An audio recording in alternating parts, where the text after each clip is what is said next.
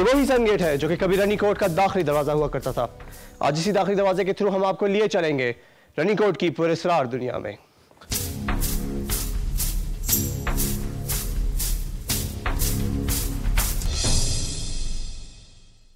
ये इस किलाबंदी का मरकजी दरवाज़ा है। आम सयाह तबाहशुदा डैम और इसके दरमियान पाए जाने वाले खुश्क बरसाती नाले को मरकजी और मशरकी दरवाजे समझते हैं। बज़ाहिर तो ये रास्ता मरकजी दरवाज़ा मालूम होता है।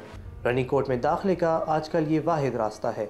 मैंने भी इब्तदा में इसी को दाखिली दरवाज़ा समझ लिया और मरकजी दरवाजे सन गेट को नज़रअंदाज कर दिया था। लेकिन जल्द ही मेरी मुतजस्सिस और खोजी तबीयत ये जान गई कि किले में दाखिले का असल दरवाज़ा बाएं जानिब तामीर शुदा बड़े बुर्ज के बगल में है। ये कुछ इस तरह बना हुआ है कि बगौर देखने पर भी ये दाखिली दरवाज़ा नहीं लगता। यहाँ सिर्फ एक बुर्ज और दीवार नज़र आती है। मरकज़ी दरवाजे सन गेट तक रसाई के लिए ये ज़रूरी होगा कि आप बुर्ज के साथ बनी हुई दीवार के नज़दीक खड़े होकर बुर्ज की जानिब देखें। सामने ही गुज़रगाह नज़र आ रही है। इस जगह दीवार को मोड़कर बुर्ज के साथ जोड़कर डेवड़ी के ज़रिए बुर्ज को कुछ इस तरह जोड़ा गया है कि पहली नज़र में कोई आड़ नज़र नहीं आती। ये डेवड़ी दो मजबूत दरवाज़ों के ज़रिए किले का दिफा करती है। ये अपनी तर्ज का महफूज तरीन और वाहिद दाखिली दरवाज़ा है जो कहीं और नज़र नहीं आता।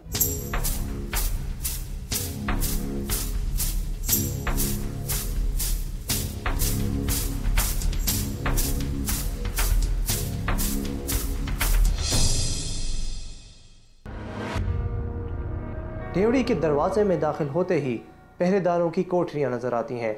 यहाँ माजी के मजबूत दरवाजे के निशानात मौजूद हैं। बाएं जानिब किले की असल दीवार है। दूसरा दरवाज़ा अबूर करते ही मैं खुले मैदान में आ गया हूँ। इस खुले मैदान से किले में दाखिल होने का कोई रास्ता नहीं है क्योंकि आगे गहरी खाई है जो बरसाती नदी की वजह से बन गई है। यह मरकज़ी दरवाजे का मजबूत बुर्ज और साथ मौजूद दीवार एक मजबूत किलाबंदी का तासुर पेश करते हैं। देखिए, आप जैसे ही जाएंगे अंदर तो सबसे पहले तो आपको मशरिक़ की तरफ से आप जाते हैं तो मशरिक़ की तरफ आपको एक दरवाज़ा मिलेगा जो छुपा हुआ है, जो आपको पहली नज़र से आंखों से नज़र नहीं आएगा। जब आप उसके करीब जाएंगे, दीवार के साथ घूम के थोड़ा सा चक्कर लगा कर आएंगे तो आपको महसूस होगा कि ये इसकी एंट्रेंस है। वहाँ जाने के बाद फिर आपको अंदर का दूसरा गेट नज़र आएगा। इस वक्त आपको सिर्फ दरवाज़ा ही नज़र आएगा कि यूँ एक पैसेज है। लेकिन ये अब जाके लास्ट सीज़न में जब मैं गया तो मुझे पता चला कि नहीं, यहाँ न सिर्फ ये कि ये पैसेज है कि एक डेवड़ी सी है, बल्कि यहाँ एक हाथी दर हम उसे कहते हैं, जिसमें लोहे की सलाखें लगी होती थी, वो भी वहाँ मौजूद था। अब हमें वो कीलें मिली हैं आपके, इससे पहले कभी वो चीज़ें नहीं मिली थी। तो वो मेन दरवाज़ा था। उसके बाद जैसे आप अंदर दाखिल होते हैं तो आप महसूस करते हैं कि एक दीवार लेफ़्ट को चली गई, एक फिर नीचे नदी के पेट में उतरती है, फिर उसमें पिलर्स नज़र आते हैं। अब वो पिलर जो हैं वो इसलिए थे कि नदी के पेट में से अगर कोई दुश्मन अंदर जाने की कोशिश करे तो उसे कैसे रोका जाए। तो उस पिलर्स में उन्होंने लोहे की सलाखें डाल के वो रोकते थे। उसके ऊपर उन्होंने ड्रा ब्रिज रखा हुआ था कि इस किनारे से उस किनारे तक जो है वो कैसे जाए आदमी। तो ये बड़ी दिलचस्प चीज़ है इस पूरे किले में। जो सबसे अहम और समझने की और टाइम देने की चीज़ है वो ये है।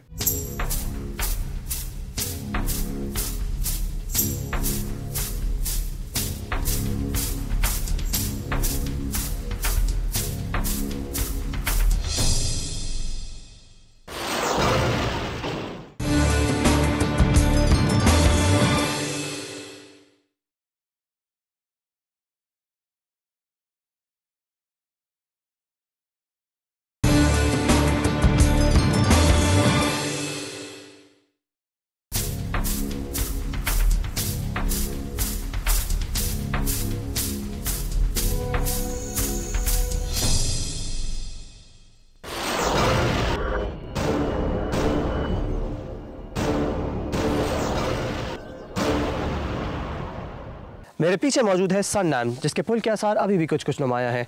इतना बड़ा डैम किसने किस वक्त बनाया, इसकी इरिगेशन सिस्टम का पानी कहाँ तक जाता था, तारीख इस बारे में खामोश है।